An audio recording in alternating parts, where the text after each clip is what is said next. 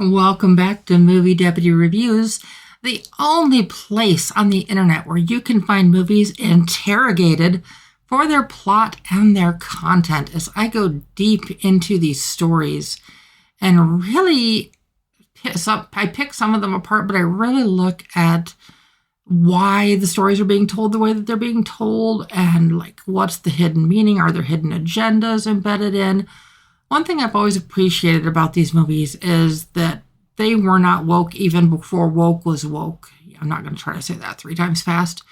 But these ones have always been genuine to what they promised. Just innocent fun that was appropriate for all ages. Okay, can you read enough into these movies and really find something to pick apart if you're really trying to find it? Yeah, but you can do that with anything. It's like you can pick apart anything if you look at it hard enough or if you pick at it hard enough.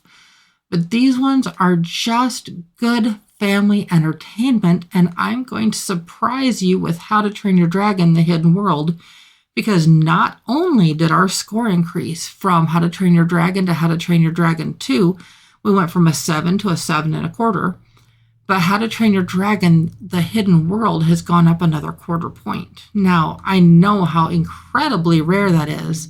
I was really debating also bringing this one in at a 7.25, but just a 7.5 felt a lot more natural for kind of where the story falls and the depth of the characters and the maturity as we see of the characters, both human and dragon.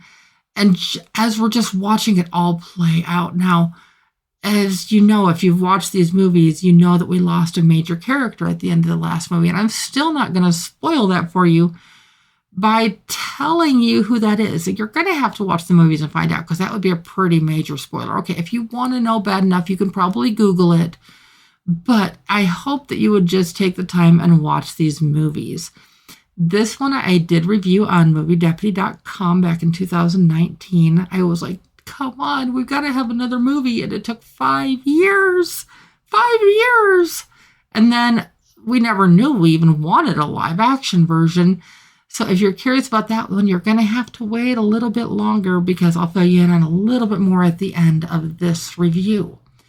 Now, I want to share with you the original review that I had on MovieDeputy.com. Hiccup has come a long way since we first met him when he began his training. He has had a lot of help along the way. Close friends and, of course, the dragons, especially Toothless. Through his adventures, he's had many victories and many losses, some personal. Now he is the chief in charge of Berk and must make his decisions around what is best for everyone instead of just him. Well, now that someone is coming to take the dragons away, Hiccup makes a decision that many question. He must make sure that everyone is safe, including the dragons. But there's a problem, though. The person coming after the dragons won't stop so easily, so Hiccup must find a safe home for them. He turns to the teachings of his father, Stoick, for some wisdom. Something is going to happen before this new plan can play out.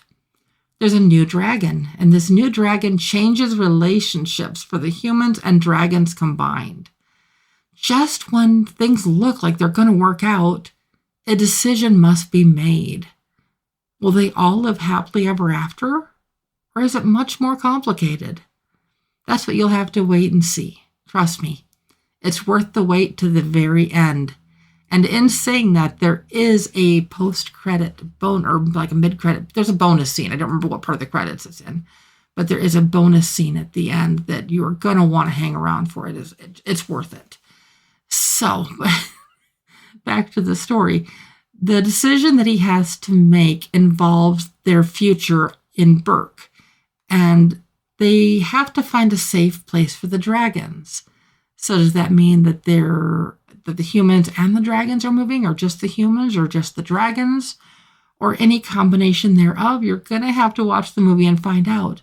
This one, like the other one, they're like the other ones, also take you on an emotional roller coaster. We have seen Hiccup as he falls in love with Astrid, and Okay, this is not really a spoiler, but I will tell you they get married in this one. So they do end up together happily ever after.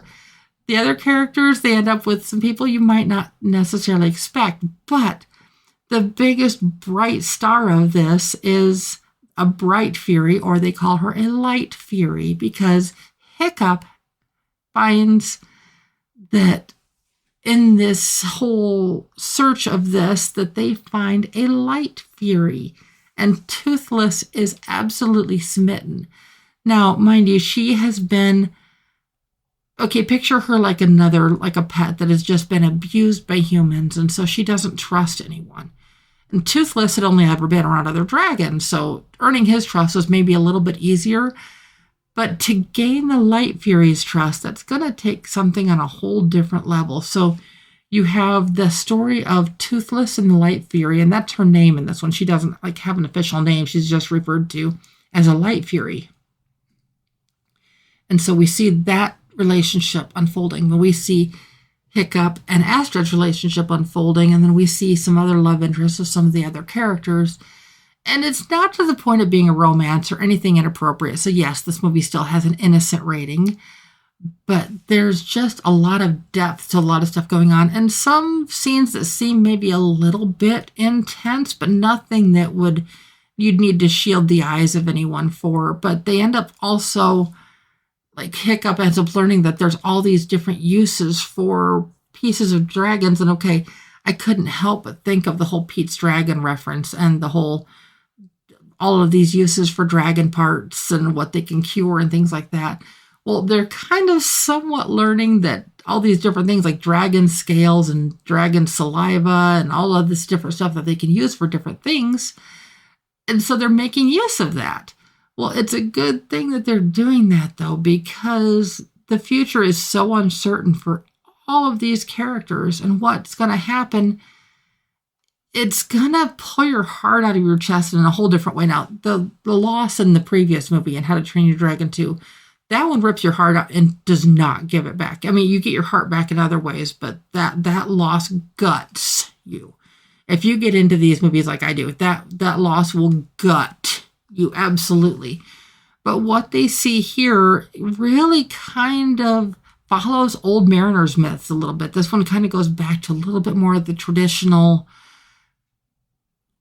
thoughts of Vikings and stuff such as that. And it also gets maybe a little bit, I wouldn't say sci-fi-ish, but I want to say it basically deals with Middle Earth, or some sort of Middle Earth. And because of that, you get to kind of guess and maybe have a little bit of conjecture of what happens with the humans and the dragons once they find this hidden world. And I mean, that's right there in the title, so don't worry, that's not a spoiler of any sort. But this one just, it kind of brings the story full circle, but you're almost left wondering if there's going to be more. This one answers a lot of unanswered questions from the first two movies. It's like there's things in this one that reference back to the original movie of things that you were curious about that you didn't even know you were curious about until they brought it up. And then it's like, oh, that's kind of cool. And okay, you might have to watch this a few times to catch all of those little nuances and things that they're talking about. But it's just, there's a line in this one. It's perhaps you rely a little bit too much on your dragons and not enough on one another. And that's really a big point in this movie, is the relationships between the humans and the dragons and how they've grown and how they've matured and what they've learned from each other and how that's going to work moving forward. Now, like I said, if you watch this one, you've got to hang around for into the credits, because there is a bonus scene that looks even further into the future. Now, are you ready for that? Are you ready for what that's going to do to your heart? I hope so, because it's going to just leave you with butterflies. It's going to leave you with smiling. It's going to leave you just with the warm and fuzzies. So, I mean, it seems like it's going to be sad, but it ends on something that's just so uplifting and upbeat that it's just one of those times when you leave a movie and you're your mood and everything you emanate is just contagious, and the people around you will pick up on that. So this is a great one for that. And even if you're having a bad day, this one can uplift you on that too. So I hope that you have had fun with these 3 movies. I know I have. I went back and just recently rewatched all 3 of these in one day, and I just was binging on these. And I was like, I knew I needed to have tissues in some of these, and so I was glad I had that handy. But I was so glad to revisit these. And these are ones that if you can sit down and you can just binge and go bam, bam, bam, or even a couple days, like do these 3 days in a row, or just within a short period of time where you've still got enough of the first story in your frontal lobe that's just like right there, and you're carrying it with you and you're talking about it. And then you see the next one, you're like, oh, I love how they did that. Or, oh, why did they do that? I just get so into these, and I get so caught up, and I look into the depth of and like why they take these characters through certain things and how that affects the development and the maturity. And you've still got the dynamics of like, you take all the different people that you have in society, and you see that dynamic in not only the human world, but the dragon world as well. And you may be wondering, but how does that work? Well, you're going to have to experience these and find out. At least I hope you do. I hope you take the chance and experience these to find out. Now, I want to talk about the live action one that's coming out in a couple days.